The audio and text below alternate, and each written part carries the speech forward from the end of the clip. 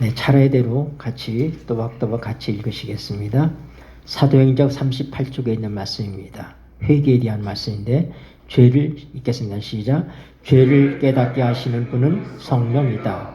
죄인이 성령에 소생시키는 감화에 응답하면 그는 회개하게 되고 하나님의 요구에 순종하는 일의 중요성에 관하여 깨우침을 받게 될 것이다. 네. 죄를 깨닫게 하는 것은 성령님의 일입니다. 우리가 성령이 아니시고는 우리가 어떤 죄인인지를 알 수가 없어요. 그래서 정말 성령이 함께 할 때 우리가 겸비해질 수밖에 없습니다. 겸손할 수밖에 없어요. 머리를 들 수가 없습니다. 그래서 하나님의 성령이 함께하는 사람은 겸비한 사람이 되는 것입니다. 잘났다고 그렇게 머리를 들 수가 없습니다. 사람들은 나를 모르지만 하나님은 나를 아시잖아요. 내가 어떤 죄인인지를 아시잖아요. 내가 어떤 사람인지를 아시잖아요. 그래서 하나님의 성령께서 우리에게 역사할 때 우리가 죄를 알게 되는 것입니다. 다음 말씀입니다. 사도행전 39쪽 40쪽 끊임없이 읽겠습니다. 시작. 끊임없이 새로운 은혜의 공급을 받는 사람만이 매일의 필요에 알맞는 권능과 그 권능을 사용할 능력을 받을 것이다.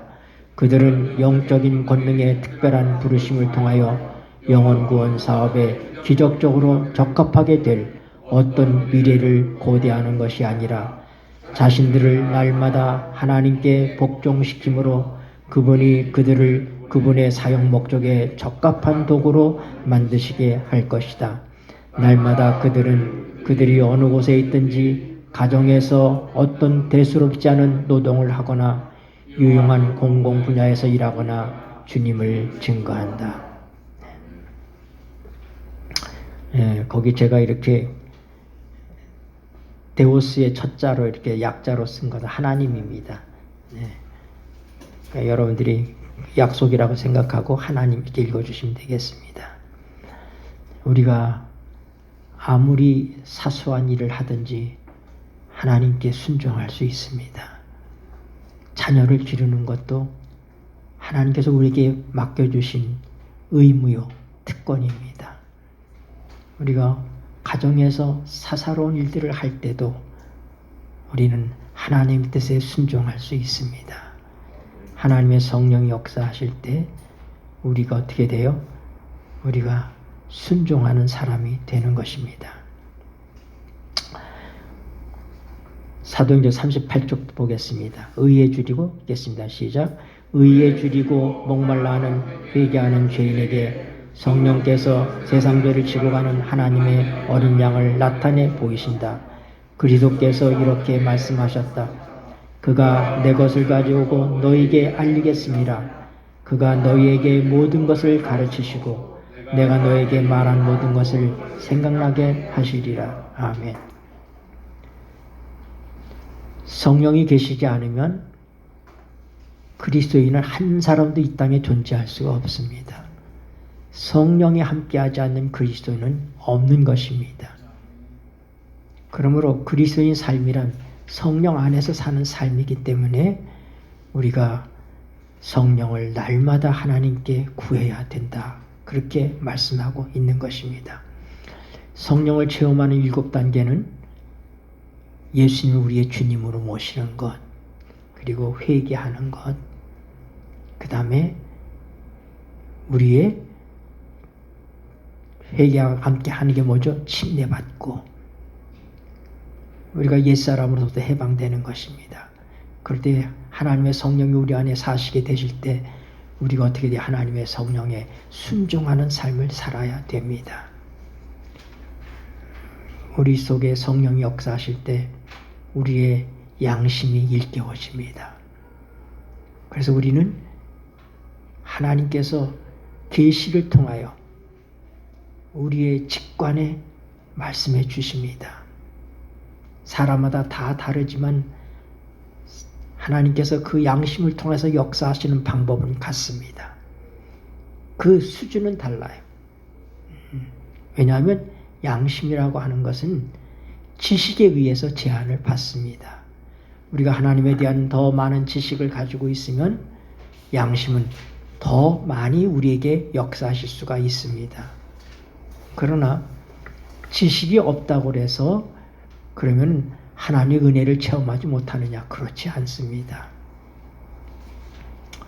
하나님께서는 우리가 얼마나 많은 지식을 이해하고 있느냐 하는 것에 중요하게 보시지 아니하시고 우리가 하나님에 대한 어떤 태도로 살아가고 있느냐 하는 것을 더 중요하게 생각합니다.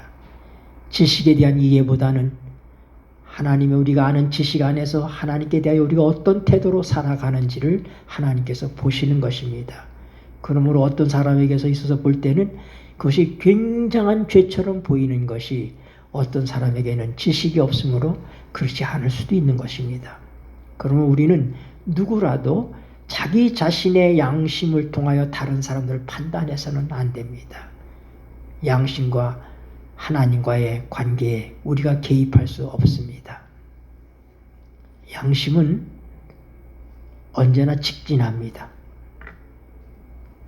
하나님께서 직관을 통해서 우리의 양심을 통하여 우리에게 그렇게 행하도록 강권하십니다. 그런데 어떤 사람들은 그 양심의 소리를 무마시키기 위해서 어떻게 하느냐? 합리화시켜요. 변명을 하는 것입니다. 자기 스스로 거기에 대해서 예수님도 그렇게 하셨는데 포도주를 먹으면서 예수님도 포도주 마셨으니까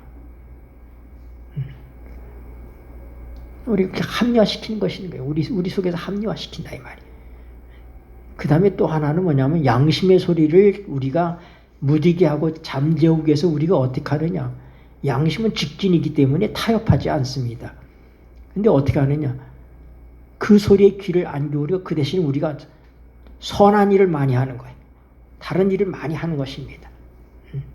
그렇게 함을 통해서 그 양심의 소리를 비껴가려고 그래. 옳은 방법이 아닌 것입니다. 양심은 타협되지 않습니다. 우리가 그러므로 양심이 하는 소리를 하나님의 성령은 우리의 직관을 통하여 하나님께서 우리에게 계시를 통하여서 우리의 직관을 통해서 양심에게 알려주십니다. 그럴 때 우리는 그 양심을 통해서 일깨움을 받고 사소한 거 하나까지라도 어떻게 되겠어요? 버려야지 됩니다. 회개해야지 돼요. 만약 그렇지 않으면 우리 양심이 어떻게 돼? 더러워지는 거예요. 그 양심이 더러워지면 어떻게 됩니까? 더 이상의 하나님의 소리가 들리지 않게 됩니다. 많은 그리스도의 삶 속에서부터 이미 하나님의 소리가 들리지 않는 그런 단계로 들어간 사람들이 많이 있습니다. 어떻게 해야지 돼요? 히브리서 9장 14절을 보십시다.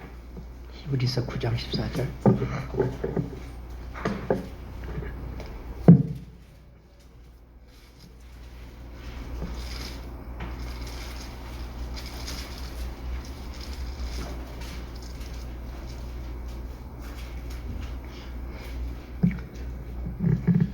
361쪽 히브리서 9장 14절 하물며 읽겠습니다. 시작. 하물며 영원하신 성령으로 말미암아 흠없는 자기를 하나님께 드린 그리스도의 피가 어찌 너희 양심으로 죽은 행실에서 깨끗하게 하고 살아계신 하나님을 섬기게 못하겠느냐. 아멘.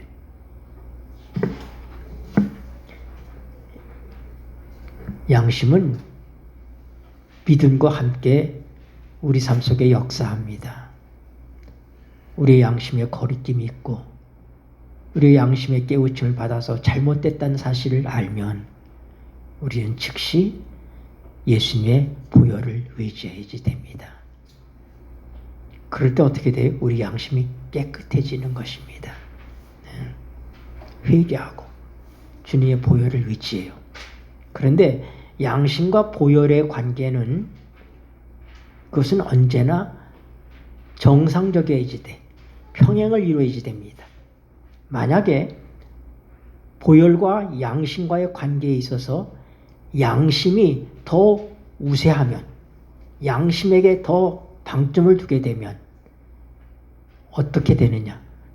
우리가 지적인 것들에 의해서 하나님을 지적으로 섬기는 사람이 됩니다. 율법주의자가 됩니다. 보혈이 없이 자기 스스로 무엇을 하려고 하는 자기 양심을 고든 양심으로다 그렇게 드러내려고 하나님의 은혜 없이 그렇게 하는 사람은 율법주의자가 되는 거예요. 그러나 반대로 양심을 강조하고 보혈을 약화시키면, 아니 보혈을 강조하고 양심을 약화시키면 어떻게 되느냐? 그야말로 그것은 아전인수격인 그런 신앙을 하게 됩니다. 보혈과 양심은 공이 우리에게 역사하는 것입니다. 그래서 양심의 소리가 들릴 때 우리가 즉각적으로 회개하고 예수님의 보혈을 힘입으면 우리 양심이 깨끗해질 수 있습니다. 그러면 하나님께서 또 우리에게 더 다른 어떤 것들을 깨닫게 해주십니다. 우리가 하나님의 빛 가운데서 행하고 그렇게 사는 것이 그리스도인의 삶입니다. 요한일서 1장 7절을 보시겠습니다. 더 뒤로 넘기셔야지 돼요. 요한일서 1장 7절.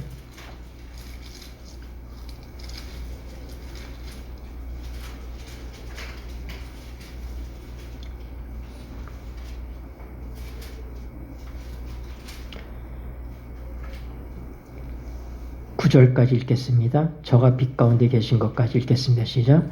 저가 빛 가운데 계신 것 같이 우리도 빛 가운데 행하면 우리가 서로 사귐이 있고 그 아들 예수의 피가 우리를 모든 죄에서 깨끗하게 하실 것이요 만일 우리가 죄 없다 하면 스스로 속이고 또 진리가 우리 속에 있지 아니할 것이요 만일 우리가 우리 죄를 자백하면 저는 미쁘시고 의로우사 우리 죄를 사하시며 모든 불의에서 우리를 깨끗게 하실 것이요. 아멘. 하나님 빛이십니다. 그러므로 빛이신 그분과 우리가 사귈 때, 그분과 함께 있을 때 뭐가 보여요? 우리의 허물과 죄들이 보입니다. 빛이 없으면 내 얼굴에 검정이 묻었는지 내 옷에 뭐가 붙었는지 알 수가 없잖아요. 거울 앞에 아무리 가서도 깜깜한 밤에 빛이 없이 가서 보세요. 보입니까? 안 보이잖아요. 빛으로 나가야 돼. 빛으로 나가면 하나님의 양심의 거울을 통해서 우리를 비춰주십니다. 그럴 때 어떻게 돼? 우리가 죄인이기 때문에 주님의 보혈을 의지하는 거예요. 그러면 어떻게 돼? 모든 죄가, 그 모든 죄라고 하는 것은 내가 알고 있는 죄를 얘기하고 또 내가 의식하지 못하는 죄도 있습니다. 하나님께서는 우리가 아직 의식하지 못하는 죄들은 하나님의 보혈의 덮개로 덮으시고 계십니다. 내가 모르는 죄까지 회개할 수 없잖아요. 그러나 우리는 모르고 지은 죄들이 너무 많이 있어요. 하나님께서는 우리를 한 단계 한 단계 한 단계 그리스도의 형상으로 만들어 가시는 일을 위해서 계속해서 양심을 통해서 역사하시고 순종하게 하시는 것입니다. 순종이 제사보다 낫고 듣는 것이 수양의 기름보다 낫다 이 말입니다. 그래서 뭐예요? 사울이 뭐라고 그랬어요? 하나님께 제사 드려야 될 거 아닙니까? 제사 드리기 위해서 아말렉에서 우리가 이 좋은 것들을 가져왔습니다. 그때 하신 말씀이 뭐래요? 순종이 제사보다 낫고 듣는 것이 수양의 기름보다 낫다. 핑계대지 말아야지. 그 양심은 타협될 수 없다는 사실을 알아야지 돼. 그의 이기심이, 그의 욕심이 다 멸하기가 아까우니까 그걸 가지고 와서 핑계를 뭐라고요? 하나님께 제사 드리기 위해서 가져왔다고 핑계대는 거예요. 이미 그 양심이 더러워진 것입니다. 그때 사울은 회개했어야지 돼요. 그리고 하나님 앞에 자복하고 그랬더라면 9절에 있는 것처럼 만일 우리가 우리 죄를 자백하면 저는 미쁘시고 의로우사 우리 죄를 사하시며 모든 불의에서 우리를 깨끗하게 하실 것이요. 양심의 소리에 민감해질 필요가 있는 것입니다. 그 양심의 소리에 우리가 자꾸 귀를 기울이지 않고 곁길로 가고 다른 방법을 통해서 그 양심의 소리를 무마시키게 되면은 우리 양심이 화인을 맞게 되는 거예요. 이것처럼 불행이 없습니다. 하나님의 성령은 하나님의 성령께서 역사하시는 그 방법을 쫓아서 우리에게 역사할 때 우리가 그것을 달게 받아들이면 하나님의 성령이 점점 더 우리에게 크게 역사하시게 되시는 것입니다. 죄 안 짓는 사람이 없습니다. 실수하지 않는 사람이 없습니다. 그러나 우리에게 누가 계십니까? 예수 그리스도가 계십니다. 우리의 중보자가 계십니다. 우리의 재물이 예수 그리스도십니다. 그분의 보혈을 통해서 이미 우리의 죄들을 용서하셨습니다. 그러므로 어떻게 돼요? 회개하는 거예요. 다윗이 밧세바를 범하고 그의 남편을 죽게 만들었지만은 나단이 와서 얘기할 때 내가 죽게 범죄했습니다 하고 그가 자기 자신을 솔직하게 고백하고 하나님께 회개할 때 나단이 즉시 얘기하기를 하나님께서도 당신을 용서하셨다. 그렇게 말씀했어요. 하나님의 용서는 정말 빠릅니다. 그러면 우리가 하나님 앞에 나가는 것은 예수님의 보혈을 힘입어 나가는 거예요. 히브리서 10장 보십시다. 요즘 우리가 히브리서 공부하고 있죠. 여러분들이 이번 기회에 히브리서를 잘 공부하시게 되기를 바랍니다. 히브리서 10장 19절입니다.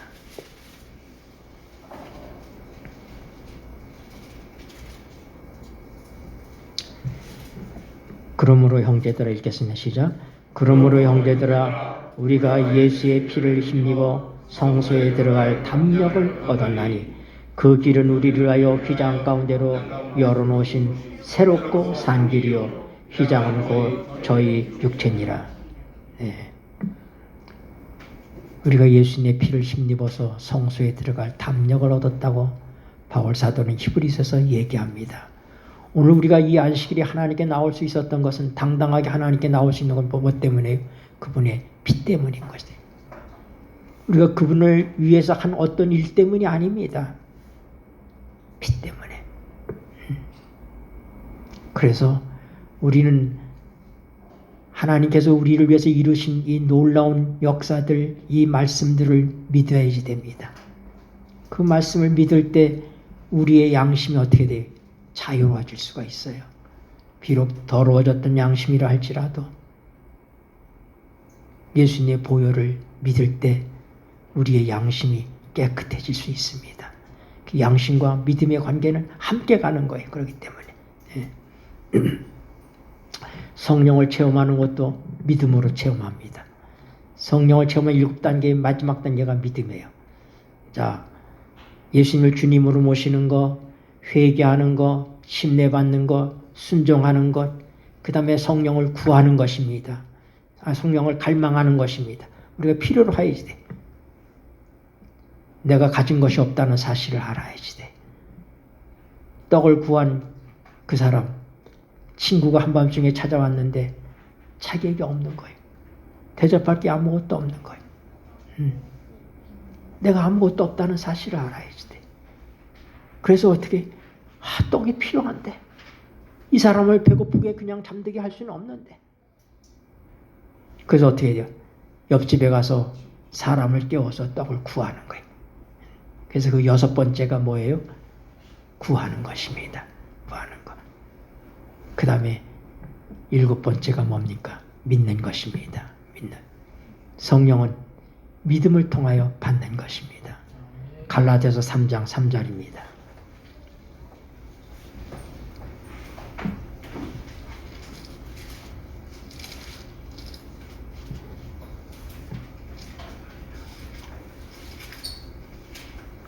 2절 3절 읽겠습니다.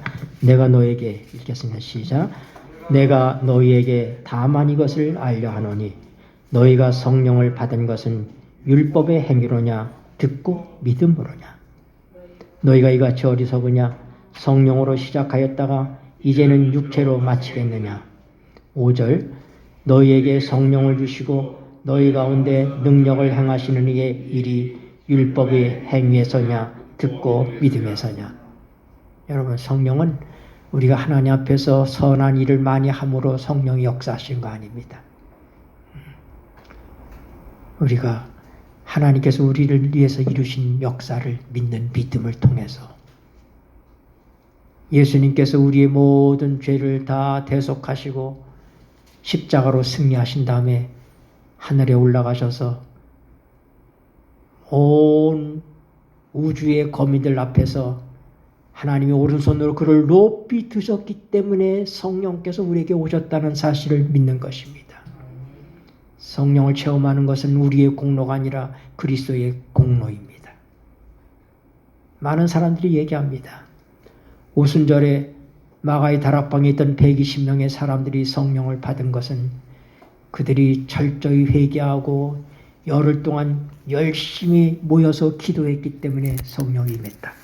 틀린 얘기는 아니지만 정답은 아닙니다. 말이 좀 이상하죠? 틀렸다고 볼 수는 있지만 정답은 아니다고.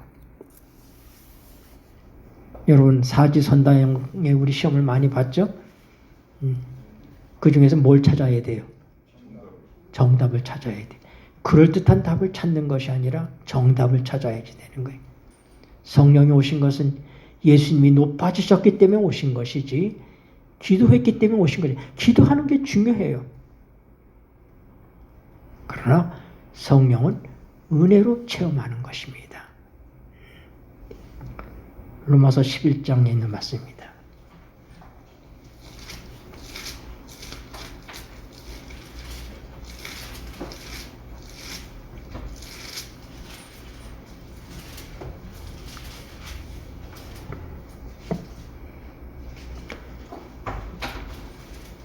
로마서 11장 6절입니다.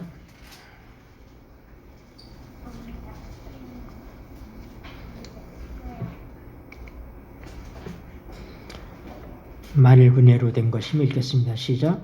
만일 은혜로 된 것이면 행위로 말미암지 않으니 그렇지 않으면 은혜가 은혜되지 못하느니라. 아멘.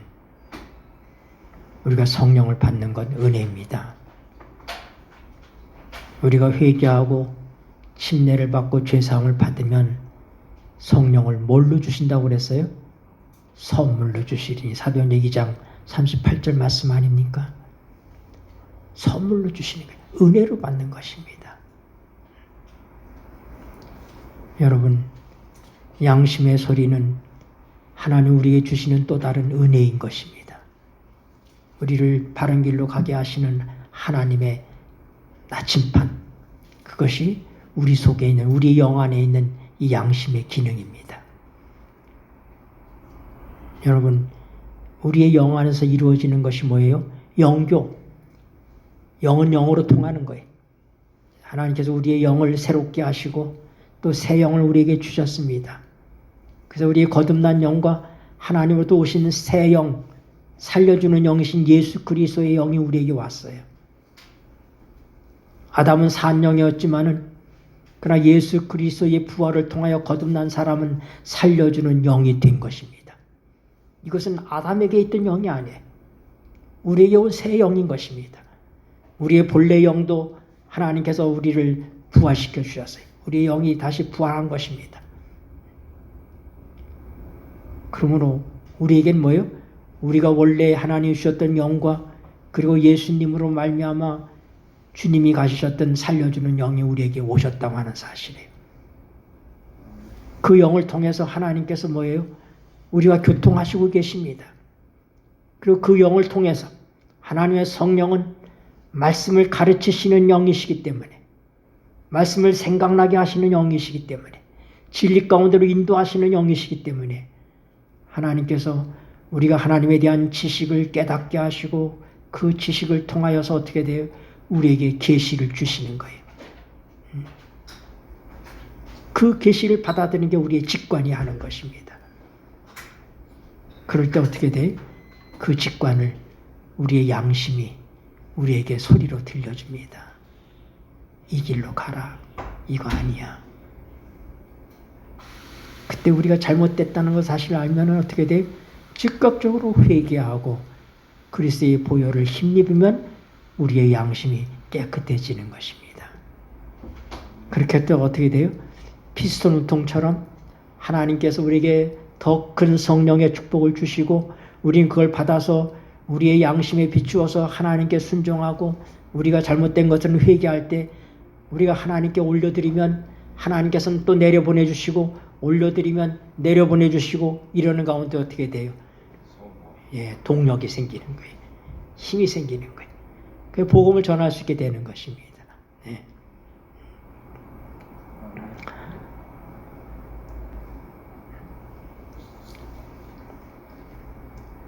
이거 우리 계속 더 읽읍시다. 오늘 이거 다 읽읍시다. 다섯 번째 사도행적 37쪽에 있는 말씀, 갈망이라고 되어 있는 거. 이것이 제가 여기다 번호 써놓은 것은 7단계의 번호들입니다. 회개는 두 번째 단계죠. 그렇죠? 이것이 우리가 받을 수 있는, 읽겠습니다. 시작. 이것이 우리가 능력을 받을 수 있는 방편임에도 불구하고 왜 우리는 성령의 선물을 열망하고 애타하지 않는가? 왜 우리는 그것에 대하여 말하고 그것을 위해 기도하고 그것에 관해 설교하지 않는가?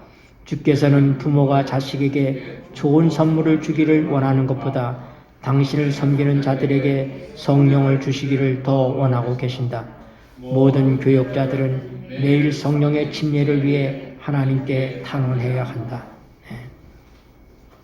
밑에 것도 읽겠습니다. 모든 참된 순종은 시작. 모든 참된 순종은 마음에서 우러나온다. 그리스도와 함께 일하는 것은 마음이다. 만일 우리가 동의하면 그분은 우리의 마음과 정신을 당신 자신의 것으로 간주하시고 우리의 사상과 목적을 당신의 뜻과 일치하도록 융합하실 것이다. 그리하여 우리가 그분에게 순종한다면 그것이 우리 자신이 받은 자극물을 실행하는 데 불과하게 될 것이다. 우리가 하나님을 아는 것을 특권으로 생각하고 그분을 알게 될 때 우리의 생애는 계속적인 순종의 생애가 될 것이다. 그리스도의 품성을 존중하고 하나님과 교제함으로 우리는 죄를 미워하게 될 것이다. 네. 막연한 순종이 아니라 하나님께 순종하는 일은 우리의 양심의 가르침을 쫓아서 사는 것입니다.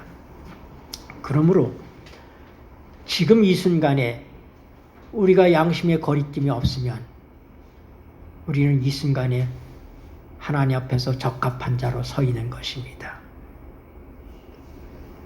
양심이 우리 신앙의 표준은 아닙니다. 우리의 신앙의 표준은 예수 그리스도시죠. 예수 그리스도가 표준이에요. 네.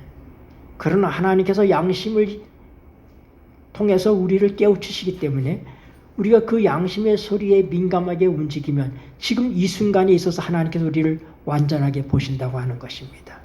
행위의 완전함이 아니라 양심의 소리에 따라서 우리가 어떻게 돼요? 순종할 때, 잘못을 뉘우치고 회개할 때. 그래서 어떻게 돼? 우리가 그 양심을 통해서 역사하는 그것을 깨닫고 그 다음에 우리가 어떻게 되는 거예요? 우리의 의지로 받아들이는 거예요.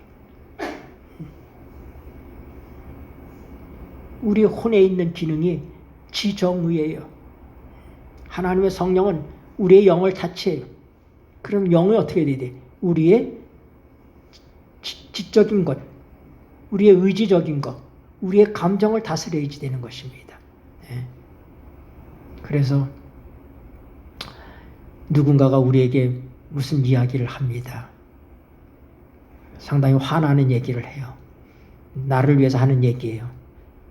그러나 우리는 그것을 하나님의 성령의 비추심을 통해서 바라보고 이해해야지 되는 것입니다. 우린 그 얘기를 듣고 즉시 분노하면 안 돼. 그럼 어떻게 돼? 그것은 내가 이성적으로 판단한 거예요, 그냥. 내 혼이 판단한 거예요. 아, 왜 나에게 이런 소리가 들리게 했을까? 하나님께서 원하시는 건 이 순간에 무엇일까? 사단은 그런 걸 통해서 어떻게 돼? 그런 사람에 대해서 우리가 적대적인 마음을 갖게 하고 미워하게 되고 원망하게 이끌어갑니다. 그러나 우린 그때 어떻게 돼? 아, 하나님께서 나에게 어떤 교훈을 주시기 위해서 그러겠지. 여러분의 마음을 그냥 흐트러마트로 다 풀어놓고 살아서는 안 돼. 사단이 어떻게 우리를 공격해 올지에 대해서 우리가 모릅니다. 그래서 우리는 언제나 긴장하고 하나님 안에서 살아가야지 돼. 성령 안에서 살아가야지 됩니다. 사람들이 나에게 어떻게 하는데 따라서 거기에 따라서 내 감정이 막 휘둘려서는 안 돼. 우리의 감정은 하나님의 성령에 이끌려서 어떻게 돼? 컨트롤을 받아야지 되는 거예요. 잘못된 지식과 정보가 잘못되지 않아서 사실이랄 때도 그런 정보가 내게 왔을 때 그것이 어떻게 돼? 걸러져야지 돼. 하나님의 성령에서 걸러져야지 돼. 그리고 우리가 하나님의 도움을 구해야 되는 거예요. 하나님, 아무개가 나한테 이렇게 얘기했다고 그럽니다. 나를 오해했다고 합니다. 나를 공격했다고 합니다. 하나님, 나는 어떻게 해야지 됩니까? 그럴 때 하나님께서 우리에게 뭐예요? 용서해라 하고 말씀하시면 용서해야지 돼. 우리가 그 감정의 노예가 되지 않는다 이 말입니다. 우리는 그냥 막 즉각적으로 반응하는 거예요. 그냥 오면은 그냥 다이렉트로다가.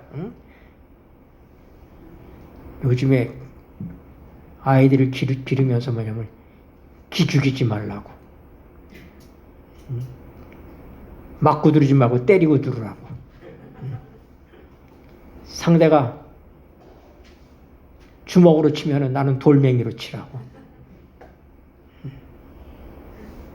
이 사탄의 방법이에요.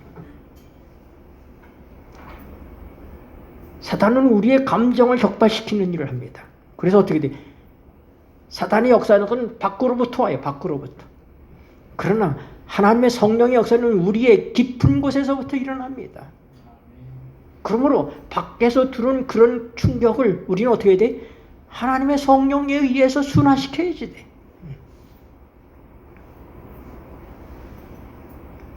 그랬어? 그 사람이 나한테 그랬어? 하고 즉시 반응을 사탄이 박수치는 거야. 잘한다, 잘한다.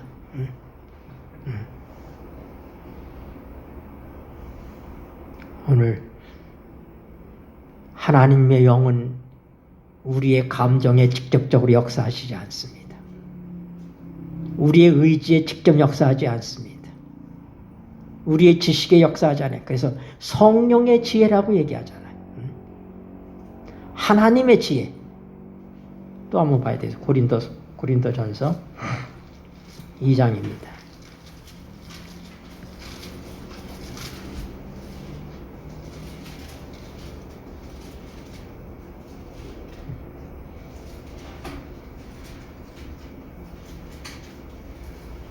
1장 21절도 한번 보죠. 1장 21절. 하나님의 지혜에 있어서는 읽겠습니다. 시작. 하나님의 지혜에 있어서는 이 세상이 자기 지혜로 하나님을 알지 못하는 거로 하나님께서 전도에 미련한 것으로 믿는 자들을 구원하시기를 기뻐하셨도다. 네. 하나님의 지혜와 세상의 지혜가 다릅니다. 그래서 어떤 정보가 우리에게 오면 그것을 내 지식을 가지고 판단해서 거기에 대해서 반응해서는 안 된다 이 말입니다. 하나님께 지혜를 구해야지 돼. 예수님 우리의 지혜라고 그랬어요. 30절, 1장 30절 보세요. 너희는 시작. 너희는 하나님께로부터 나서 그리스도 예수 안에 있고 예수는 하나님께로서 나와서 우리에게 지혜와 의로움과 거룩함과 구속함이 되셨어요. 예수님 우리의 지혜예요. 그래서 내가 그리스도와 함께 십자가에 못 박혔나니 그러지 이제는 내가 산 것이에요. 내 안에 그리스도 예수가 사신 것이다. 갈라디아 2장 20절의 말씀은 예수님이 사셨으면 예수님의 지혜가 내 지혜가 되어야 되는 거예요. 걸러야 돼. 밖에서 오는 걸 그냥 그대로 다 여러분들이 다이렉트로 내가 육으로 부딪히면 안 된다 이 말입니다. 고린도후서 10장 보세요. 고린도후서 10장.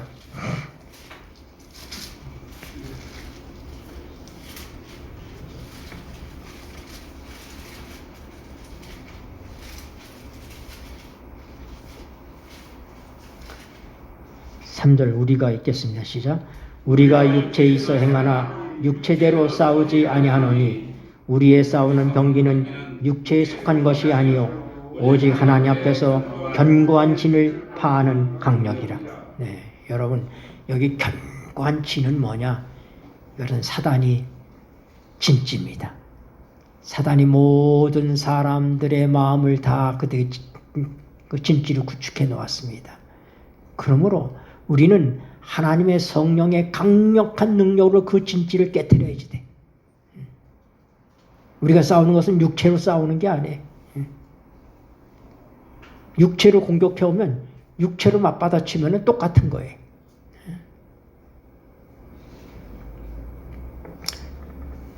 무디 목사님이 시카고에서 집회를 하고 있는데 어마어마한 사람들이 몰려오기 시작했어요.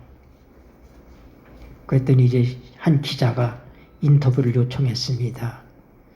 그런데 무디 목사님이 너무 바쁘고 또 그게 그렇게 필요하다고 생각하지 않아서 거절을 했습니다. 그랬더니 다음날 신문이 대문짝만하게 무디 목사를 욕하는 신문이 나갔습니다.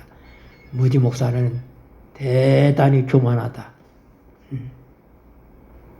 그러면서 무디 목사님이 교만하다고 그냥 막 신문 기자가 악필을 썼어요.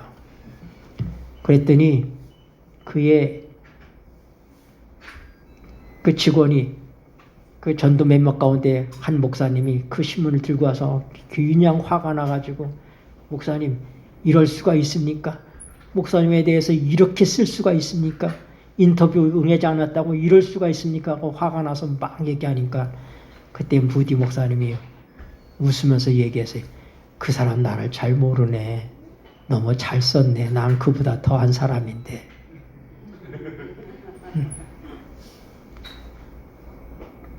우리가 싸우는 건 육체로 싸우는 게 아니에요. 무디 목사님은 성령의 사람이었어요. 성령의 사람은 육체로 행하지만 우리가 육을 가지고 살지 않아요. 육체로 행하지만 육체대로 살지 않는 사람인 것입니다.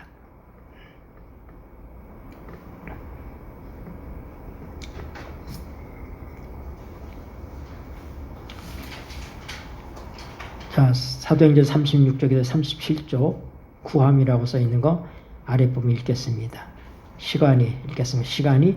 시간이 경과했지만 그의 대리자로서 성령을 보내자던 그리스도의 고별시의 약속은 조금도 변경되지 않았다. 하나님의 은혜의 부요함이 땅으로 흘러내려 사람들에게 이르지 않는 것은 하나님 편에서 어떤 제한을 가하시는 까닭이 아니다. 약속의 성취가 기대한 만큼 나타나지 않는다면 마땅히 감사히 여겨야 할 만큼 그 약속을 대수롭지 않게 생각하는 것은 어디든지 할 만큼 그 약속을 감사히 여기지 않았기 때문이다. 원한다면 모든 사람이 다 성령의 충만함을 받을 것이다.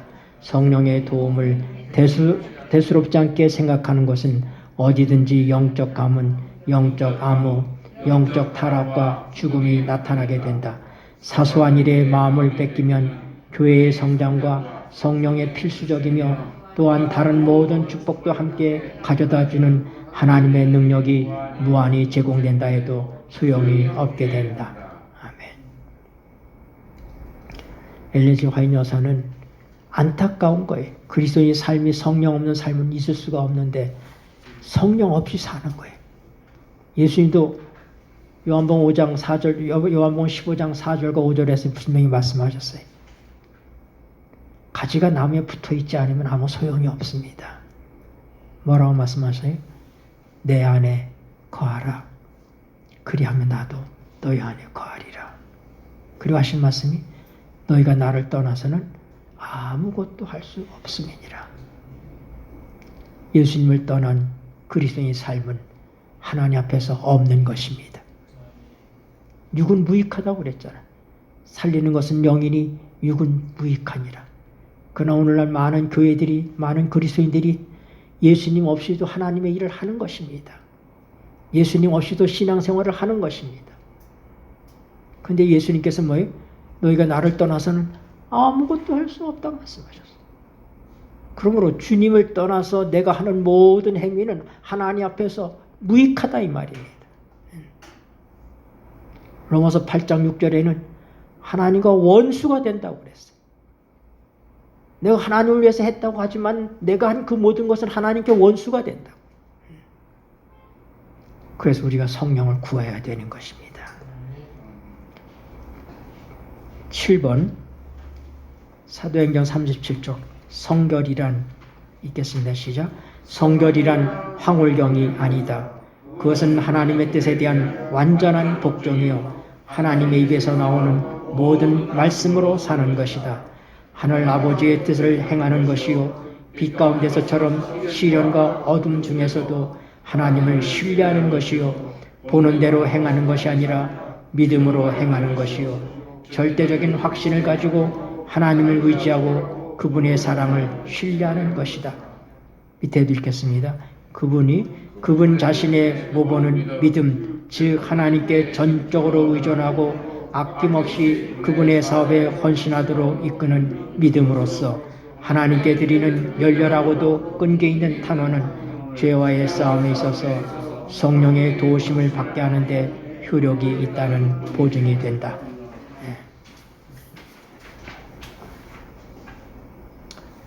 뒤에도 보시죠. 뒤에 바울의 성화는 읽겠습니다. 시작. 바울의 성화는 자아와의 끊임없는 싸움이었다. 그는 나는 날마다 죽노라고 말했다. 그의 의지와 욕망은 날마다 의무와 하나님의 뜻과 투쟁하였다. 아무리 불쾌하고 자신의 본성을 십자가에 못 박는 일일지라도 그는 자신의 성향을 따르는 대신에 하나님의 뜻을 행하였다. 하나님의 성령이 우리 안에 사시기 위해서는 자아가 죽어야 되는 것입니다.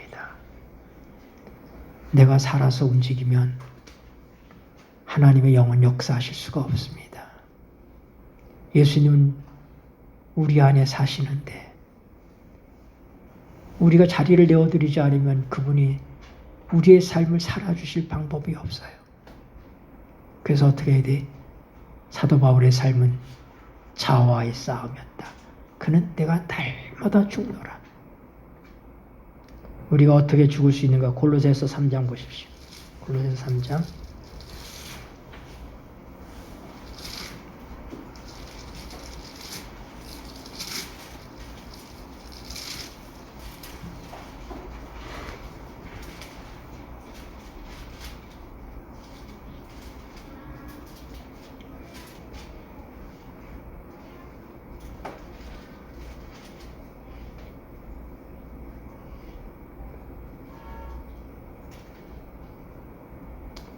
이 절입니다. 위의 것을 생각하고 읽겠습니다. 시작. 위의 것을 생각하고 땅의 것을 생각지 말라. 이는 너희가 죽었고 너희 생명이 그리스도와 함께 하나님 안에 감추었음이니라. 9절입니다. 너희가 서로 시작. 너희가 서로 거짓말을 말라. 옛사람과 그 행위를 벗어버리고 새 사람을 입었으니 이는 자기를 창조하신 자의 형상을 쫓아 지식에까지 새롭게 하심을 받는 자니라. 아멘. 여러분 5절에 보면 5절 듣게 5절 시작. 그러므로 땅에 있는 지체를 죽이라. 곧 음란과 부정과 사욕과 악한 정욕과 탐심은 우상 숭배니라. 땅에 있는 지체를 죽이라고 그랬습니다. 사도 바울도 날마다 죽는다고 그랬어요. 예수님 우리와 함께 십자가에 못 박혔어요. 우리의 옛사람 예수님과 함께 십자가에 못 박혔습니다. 그런데 그것이 실제적으로 우리의 삶 속에 이루어지는 것은 성령을 통해서 되는 거예요. 그래서 우리가 죽을 수 있는 근거가 뭐냐면 3절에 이는 너희가 죽었고 너희 생명이 그리스도와 함께 하나님 안에 감추어 있음이니라. 여러분, 우리가 예수를 믿을 때 영생을 받습니다. 너희가 내 말을 듣고 나 보내신 이를 믿는 자는 영생을 얻었고 심판에 이르지 아니하나니 사망에서 생명으로 옮겼느니라. 영생을 얻었어요. 근데 그 영생의 생명이 어디 있습니까? 하나님이 가지고 계셔요. 지금 주신 게 않아요. 주님께서 오실 때 가지고 오시겠다고 그러셨어요. 그 생명을. 그러므로 오늘 우리는 어떻게 돼? 그 생명을 소유한 자로서 이 땅에서 어떻게 돼? 날마다 죽는 경험이 필요해요. 성령을 통하지 않고는 이 경험이 일어날 수가 없어요. 성령을 통해서, 성령은 뭐라고요? 우리를 가르치신다고 그랬어요. 진리 가운데로 인도하신다고 그랬어요. 그러면 내가 그리스도와 함께 십자가에 못 박혔다고 하는 게 하나님의 말씀이에요. 그 말씀을 우리에게 가르치시고 그 말씀 안으로 우리를 이끌어 들이시는 거예요. 그래서 어떻게 돼? 내가 죽었기 때문에, 이미 십자가에 죽었기 때문에 우리는 날마다 죽을 수가 있는 거예요. 내가 스스로 죽는 게 아니라 죽을 수 있는 근거가 내 옛사람이 십자가에 못 박혔기 때문에 하나님의 성령을 힘입을 때 어떻게 돼? 우리가 그 죽음이 실제적으로 우리의 삶 속에 옵니다. 그때 뭐예요? 하나님의 성령을 통해서 예수님이 내 안에 사시게 되는 것입니다. 맞아 읽죠. 사도시대에 읽겠습니다. 시작. 사도시대에 성령을 부어주심은 이른비 혹은 먼저의 비의 시작이었고 그 결과는 영광스러웠다. 종말에도 성령 임재가 참 교회와 함께 할 것이다. 그러나 세상의 추수의 끝이 가까울 때 인자의 오심을 막기 위해 교회를 준비시키고자 하시는 영적인 은혜의 특별한 부어주심이 약속되어 있다. 이러한 성령의 부어주심은 늦은 비가 내리는 것으로 비유되었다. 그리고 이 더해진 능력을 받기 위해 그리스도인들은 추수하는 주인에게 탄원을 올려야 한다. 아멘. 여러분, 하나님께서 이 땅에 교회를 세우실 때 한량없는 성령을 부으셨습니다. 예수님이 이 땅에 오셨을 때 하나님께서 성령으로 기름 붓듯 한량없이 그에게 부어주셨어요. 그래서 이 땅에 교회를 세우실 수 있으셨습니다. 그러나 마지막 때에 추수하는 때가 오면 이스라엘 땅에는 이른비와 늦은 비가 있어요. 이른비는 파종기에 씨앗을 심을 때 하나님께서 비를 주십니다. 그리고 추수할 때 또 비를 주십니다. 그런 것처럼 영적인 일에 있어서도 하나님의 교회를 세우실 때 하나님께서 한량없이 성령을 부어주셨습니다. 그런데 추수 때 주님 오시기 직전에 이런 일이 우리에게 있을 것입니다. 성령의 역사는 시대를 통해서 멈춘 일이 없지만은 그러나 동시다발적으로 성령의 은사가 풍성하게 나타나는 때가 시작과 끝이라고 하는 것입니다. 오늘 그 시기가 우리 앞에 도래하고 있습니다. 이 하찮은 바이러스 하나, 코로나 하나로 온 지구가 몸살을 앓고 있습니다. 앞으로 이것보다도 더한 일들이 벌어지면 세상이 어떻게 될 것인가? 이런 때에 우리 힘으로 살아갈 수가 없습니다. 우리 힘으로 강팍해져가는 사람들의 마음을 뚫고 복음을 전할 수가 없습니다. 하나님의 성령의 부어주심이 필요합니다. 예수님의 제자들이 십자가 이전에도 성령을 체험하고 있었습니다. 우리가 거듭나고 그리고 하나님의 성령을 힘입어서 우리가 어떻게 돼? 날마다 우리의 삶이 거룩해지는 것입니다. 예수님을 닮아가는 것. 이것은 성령의 기본적인 역사예요. 그래서 우리는 성령의 기본 침례라고 얘기합니다. 우리가 침례 받을 때 받은 그때 성령이 내리시는 성령의 침례. 그리고 우리의 날마다 삶 속에서부터 우리의 양심의 소리를 쫓아서 하나님께 순종할 때 하나님께서 우리에게 성령을 부어주십니다.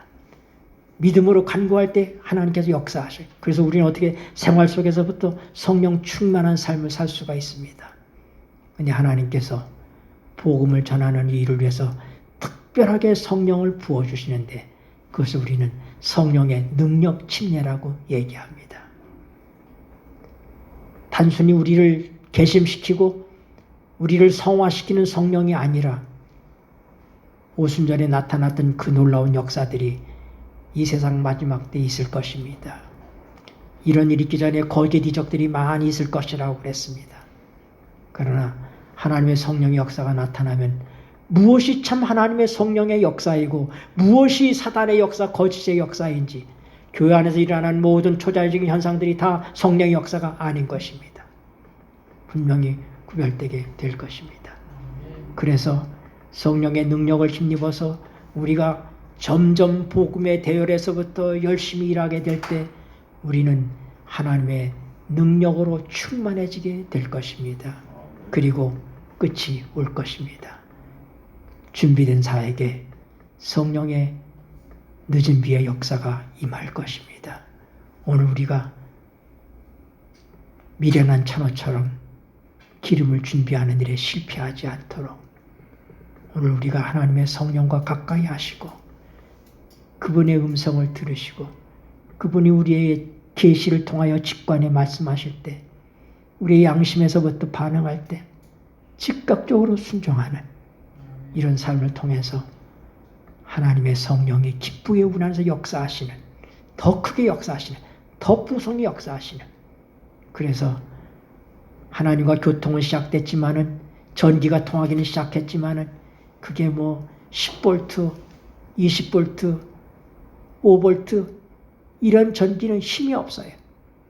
그러나 그게 100V, 200V, 10,000V, 100,000V의 그런 전기로 역사할 수 있도록 우리가 그렇게 성령으로 충만해지시는 삶을 사시는 우리 모두가 되시길 바랍니다. 기도하시겠습니다. 온 천하 만물 우러러 내 주를 찬양하여